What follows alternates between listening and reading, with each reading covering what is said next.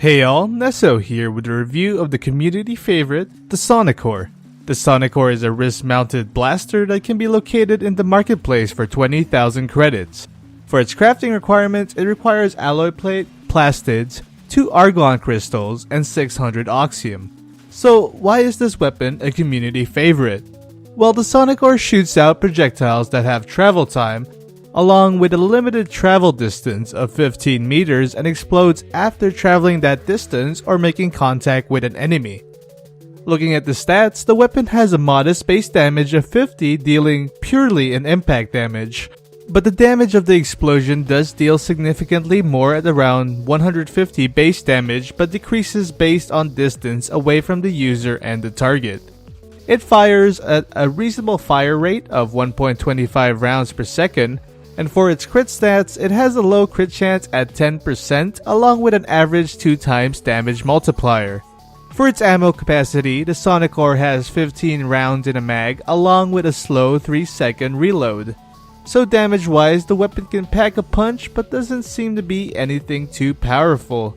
Taking a look at its status chance, while the weapon does say it has 0% status chance, the actual explosion of the Sonicor's bolts have a decent status chance. It is not known what is the exact chance of these explosions, but it is said to be around 25%. But along with this, the Sonicor has one powerful feature in which that it is guaranteed to knock back enemies along with launching them and ragdolling them.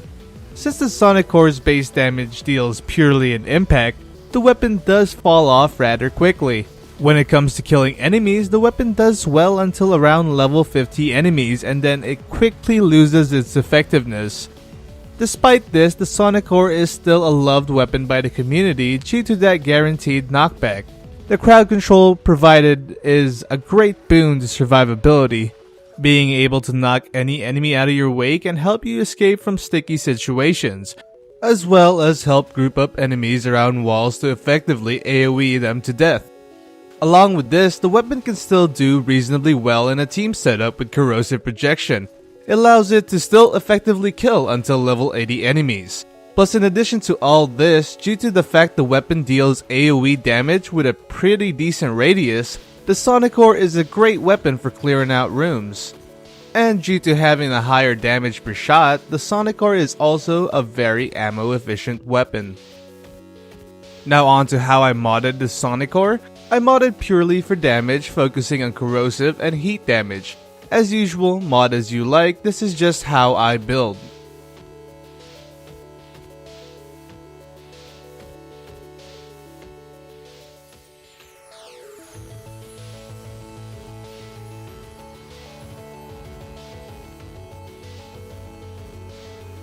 So now for the question, is the Sonicor worth it? While the damage of the Sonicor is not up to par with the endgame weapons, the weapon is still favored by the community and myself included. The fact is, while the weapon does not hold up with damage, the weapon still does amazing damage for everyday missions. And when the damage is no longer holding up, the amount of ragdolls caused by the Sonicor is incredibly powerful when you can just simply CC the enemy until it dies. Being able to knock back enemies and keep your teammates safe is also a great benefit in tougher situations. While the damage may fall off, being able to effectively crowd control enemies is something that does not change.